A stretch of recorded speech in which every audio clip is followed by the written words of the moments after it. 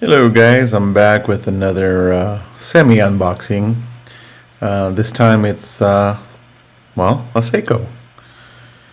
Let's go ahead and get to it.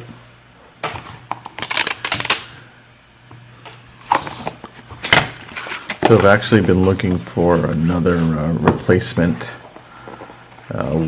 dive watch, and I've been doing a lot of research, and I didn't want to actually spend too much money, and so I came across this particular model, the SRP637K1. These are just manuals, or not manuals, maybe a warranty. Yeah, limited warranty. Fill that out. What is this one? This is interesting. Huh. I don't think we'll be listening to that. And your typical manual.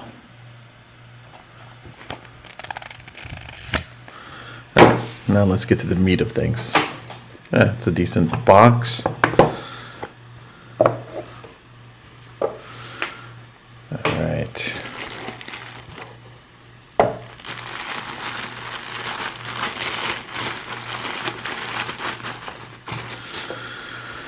Let's see what we have here. It's a nice pillow. Good weight to it. It's actually pretty nice. I knew this was a nice watch. I mean, just from watching all the reviews. And can we get it to focus? Do I need to? There we go. So it's actually a beautiful looking watch. I was researching a lot on the Black Monster, or Baby Tuna as they called it. This is the 3rd generation, and I think the differences between the previous generation and this is that this includes this bezel protection, and then the markers are different now. I believe the old versions were more of like what they deemed as the shark tooth, and then the date and day is now with a white background. And also, I think the crown had a knurling finish versus this one, which is more like a gear look. It's really good weight to it. Seiko, nicely wrapped in plastic. Still got all the nice sticky paper. And I'm not going to go into details on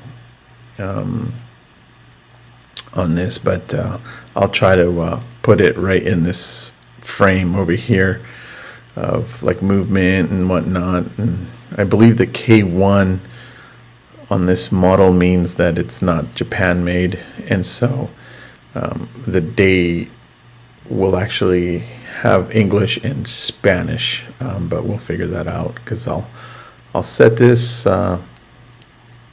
in today's time, or at least in my time zone. But I'll go ahead and start peeling some of this plastic stuff off. That's a bit difficult looking through the viewfinder, but let's see if we can do it.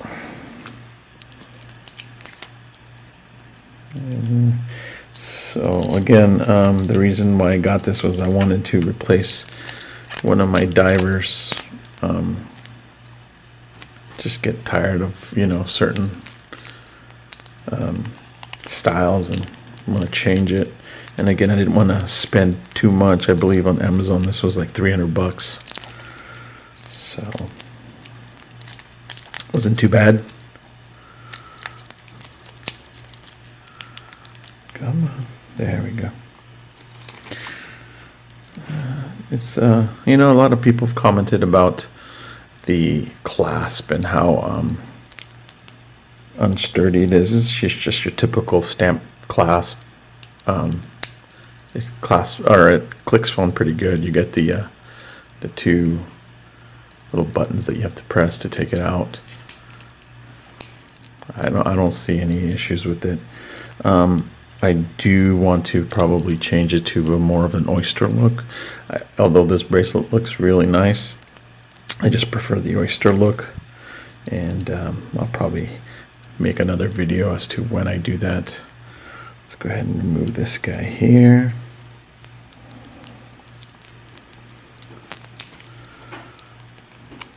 Oh, I didn't realize how difficult this was looking through the viewfinder. Bear with me. And if I haven't mentioned this already, this is the Prospect Monster, a.k.a. Baby Tuna.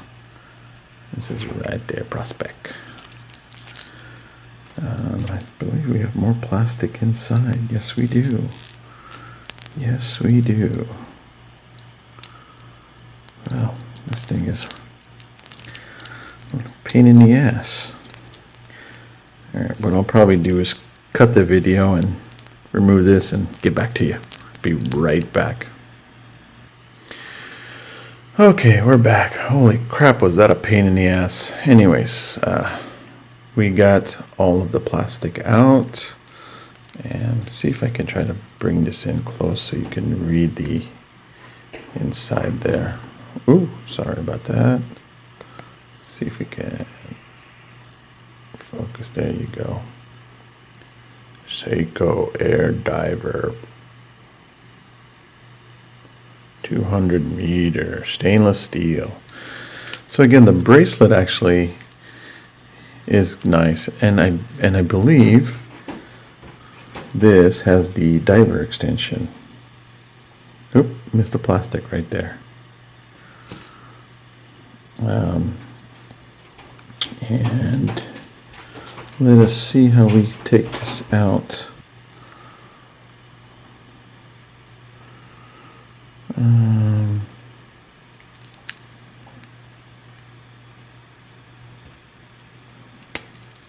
Yeah, maybe if we clasp it, it'll be a lot easier.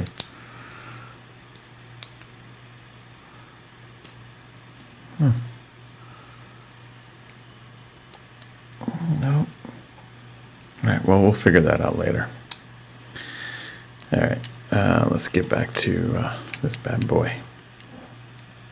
Now, I wanted to show you the watch that actually this will replace. I'm not sure if you guys are familiar with the SAS, but actually you can see the size difference. This, I believe, was a 44 millimeter.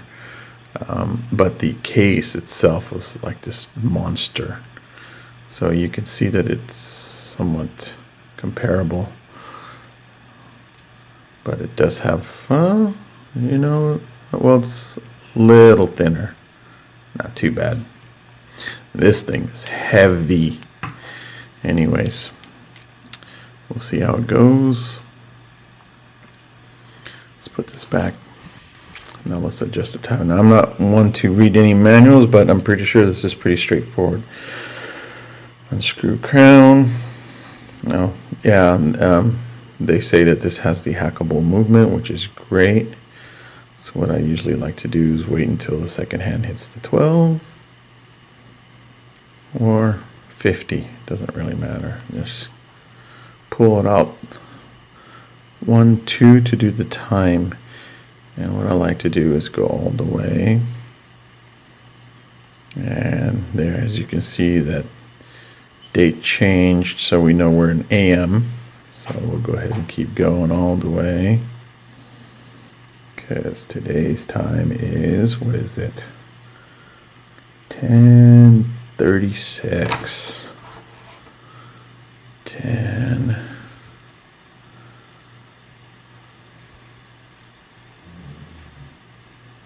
It's 10. 35, 36. Let's just make sure. 36. Cool. All right. Interesting, date's about to change again.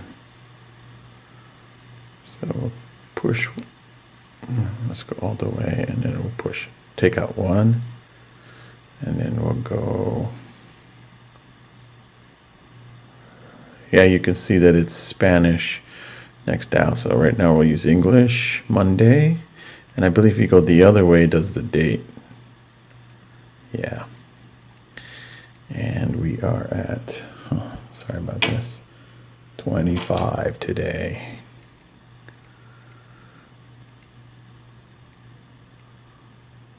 It's got this like weird tick feel. See right there, it already felt like it ticked, but it's halfway, and then it just snaps to the date. I'm not sure if you guys are finicky about that. For me, it doesn't really matter. I'm sorry, wow, yeah, 25. So 25, and push in, and then this actually, you can wind it, so we'll just wind it a little bit. Okay, and then we push in and screw the crown back, and that was pretty much it. Monday the 25th, 10:39. So the other thing I did notice, I was playing around with this a little bit off camera, is that turning this bezel is a bit difficult because of this little, I don't know, case protector, but it does feel, it's a bit tight, and it could be just my hands are slippery, but it feels good, you know. There we go. And I was told by other YouTubers that it'll eventually loosen up a little bit more, but it feels good. Feels good. I actually do like the you know, some commented like they should get rid of the inner markings of the 5, 10, 20, 25. I actually like that. It's easier to read the minute hand, so we know that definitely that's almost at the 40. So it feels really good. Now let's look at what it looks like in the wrist. And I'm a lefty, so I like it in this hand over here. Looks like we need to adjust that. That's fine. All right. So there you go, right there. That's what it looks like. And guys, let me know if you want me to do a video on resizing. I'm not sure if it warrants one, but if you guys want to, I'll do it. Actually, I'll do it, and if you guys are asking for it, I'll post it. But yeah, actually, well, let me resize this, and yeah, you know what? I'll do the video resizing, and then I'll have it available, and if anybody wants it, I'll post it. But let me resize this to see what it looks like, and we'll get back.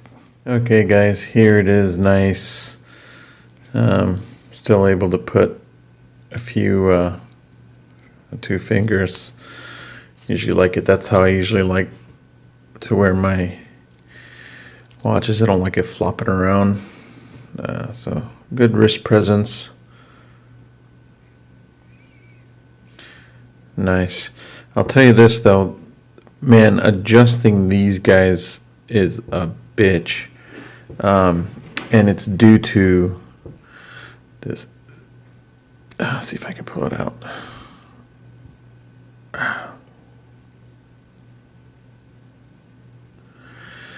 It's due to, let's see if I can,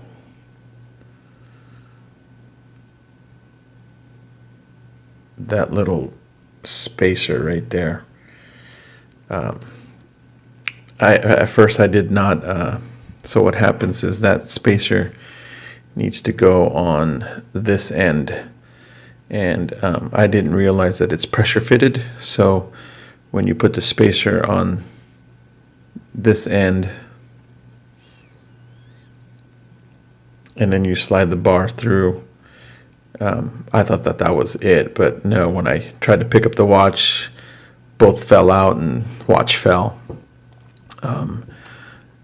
So what I ended up having to do was figure it out. Finally I did. And so what you had to do is get just like these two tools and just pressure fit it this way. And that should take care of it. If you guys don't have tools, I highly recommend you picking some up through Amazon. I just got a cheapy tool, which included a few tools like this. These tools here. Oops. You know, this is obviously the typical bracelet tool. I think everyone should have this if you're a watch guy. And it's not cheap. I think you can pick them up like either $10 or under 20. Anyways, there it is right there. It looks pretty damn good. And I'll definitely have another video of the oyster bracelet that I had ordered to go with it. I just prefer that style. Oh, and one other thing.